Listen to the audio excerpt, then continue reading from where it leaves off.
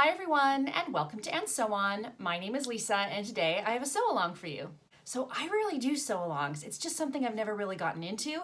The only other sew-along that I've done that's like a step-by-step are the slipper boots from Tilley and the Buttons, and I'll link that below, and I know a lot of people have found that really useful. Maybe not in the dead of summer, but at some point you might want to make those, and I did do a sew-along. I have another sew-along for another free pattern, just happened to work out that way, and this is the Sorrento Bucket Hat by LB Textiles.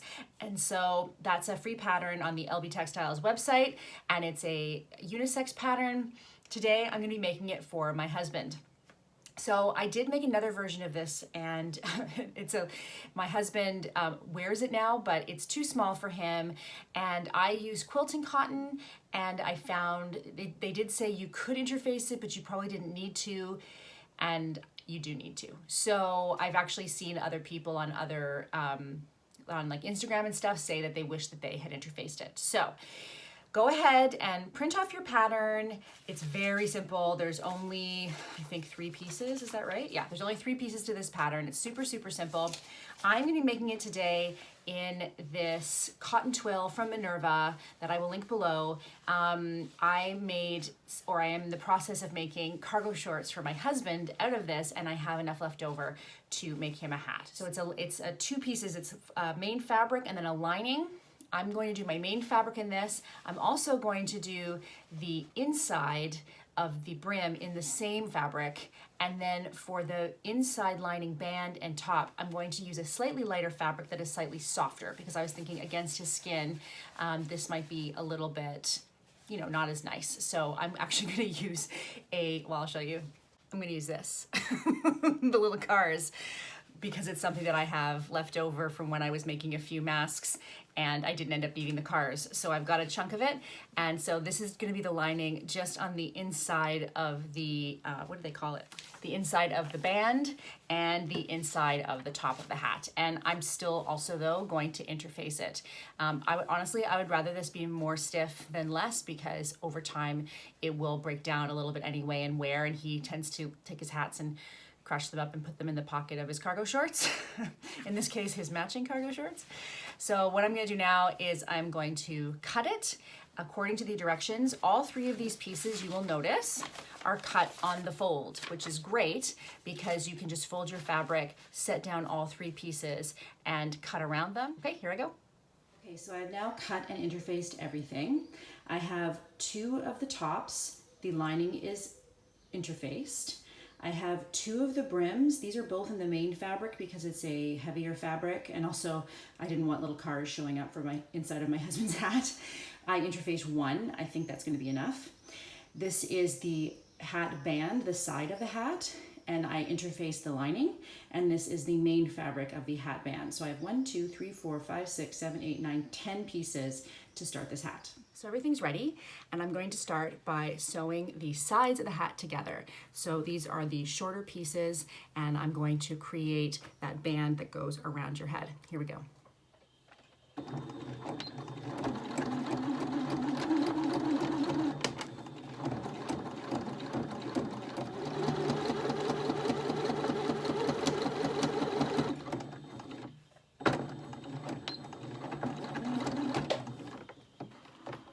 These are the 2 pieces of the brim when I finish them, and I'm going to put them one inside the other, but I've got the 2 right sides, so the 2 stitched pieces, one inside the other. In this case, I will add a pin because I want to make sure that these 2 seams here are right up against each other so they look nice and neat. So I will do that there and on the other side. And then I'm going to stitch all the way around this bottom edge, the bottom edge of the hat, at a 1 centimeter.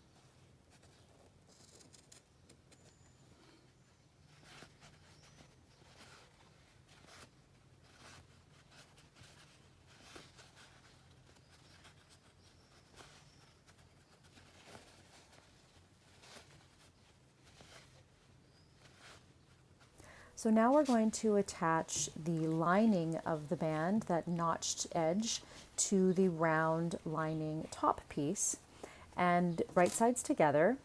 The way I like to start this is I take the two seams and I attach them to opposite ends of the circle, and then I find the other opposite ends from the seams and I attach those to the opposite ends of the circle.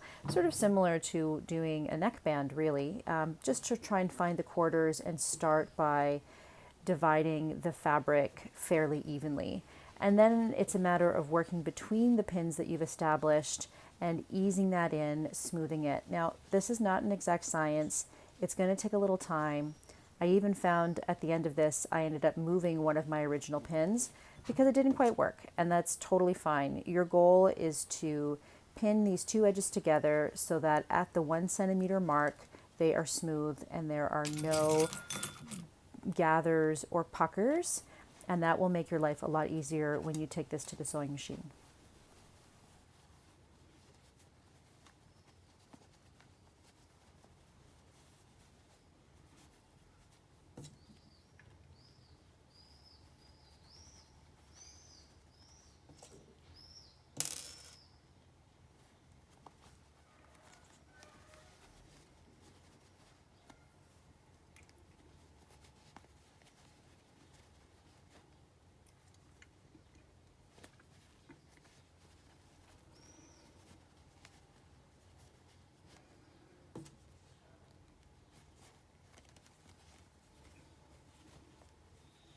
So sewing the band to the top of the hat is probably the most finicky part of this hat, and it's just about going really, really slow. If you have a setting on your sewing machine that automatically defaults to needle down, that's really useful to have here because you're going to stop and start a lot, and you're going to keep stopping, lifting the presser foot, and smoothing out any puckers or gathers that might have come along.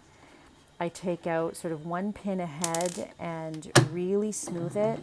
I also really look at where that fabric is hitting. So as you see the 10 centimeter mark there, I'm looking for that as I'm going, not looking at the needle, whereas looking at the distance between that 10 centimeter mark and the needle.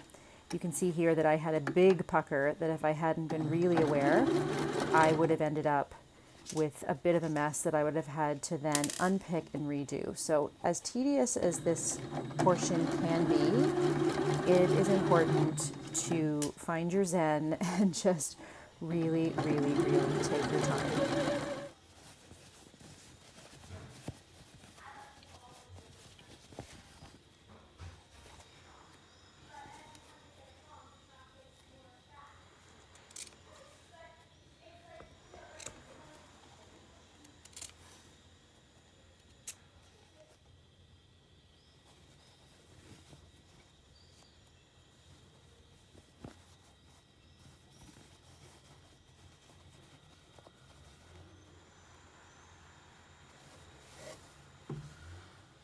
So now we're going to top stitch around this band, and what I'm doing with my fingers there is feeling to make sure that I can feel the seam allowance facing down still, that I'm catching that, and also pulling apart the seam so it stays flat.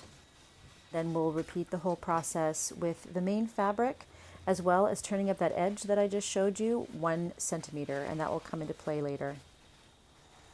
Now what I'm doing is I am pinning the right side of the lining to the wrong side of the brim. So you want, for me it's a little difficult here because my brim is the same color as my main, but I've decided which side I want to be on the inside, so it's the outside, the right side of the lining to the underside of the brim. And I'm going to match up my seams and then pin that all the way around.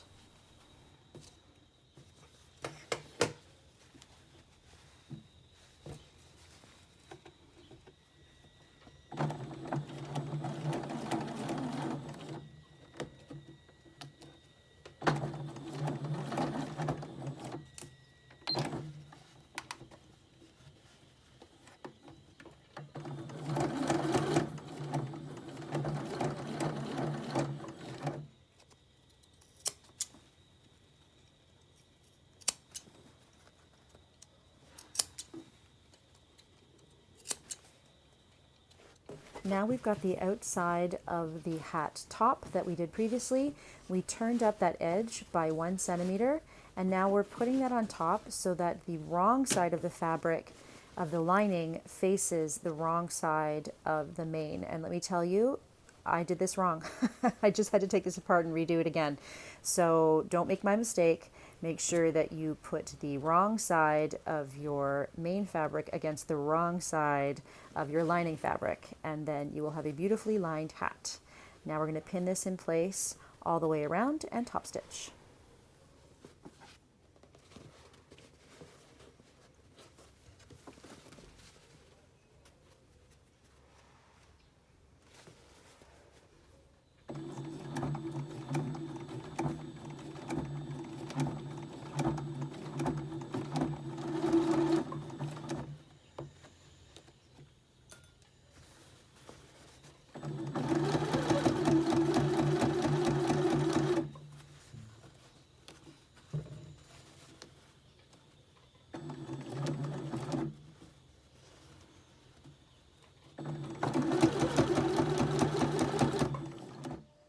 And voila, there is the result. You can see that the lining is on the inside, and I have to say, this is the second time I've made this. This one is much better because I interfaced the brim and, well, I interfaced the whole thing. Now, I only interfaced one side, but if I were using quilting cotton or something of that like, I would probably interface both sides. But because this is quite a heavy cotton twill, and also because the brim is both sides the heavy cotton twill, I only interfaced one side. But I think that if I were using cotton twill on the outside and like quilting cotton on the inside, I actually would probably interface both sides, because I just feel like in order to get that shape, you need a little more stiffness. So yeah, so there's the hat. I think it looks really cute. I hope that you give it a try. The only thing you have to remember is it just takes a little bit of patience because of the curves. So don't be afraid to bend it and turn it a little bit in order to get those edges to match up. Remember as you're sewing them that they are curves, and so you're going to be turning like this. Don't expect it to kind of go straight through like a normal seam, right? Once you get used to it, you can click one of these out in about an hour. I took the whole morning to do this, but that's because I was recording it as a tutorial, and so it took a little longer, but boy, am I happy with the result. And so I hope you give it a try. This should work for any kind of bucket hat pattern, to be totally honest. I've made several, so you can certainly adapt this tutorial or this sew along to pretty much any bucket hat pattern. I hope it helped you to see it. Let me know below if you enjoyed it, if you're gonna give it a try. If you do go over there and get the Sorrento bucket hat by LB Textiles, remember that free patterns are a gift from the designer for them to show you what they can do, how their designs work, what their patterns and their instructions look like. So give them a little thank you back by looking at the rest of their patterns, joining their newsletter, following them on Instagram, something like that, because it is really nice of LB Textiles to offer us this really adorable unisex hat. My daughter, my 13-year-old already came in and said she wants one too. So I'm gonna get back to work. I'll talk to you guys soon. Bye-bye.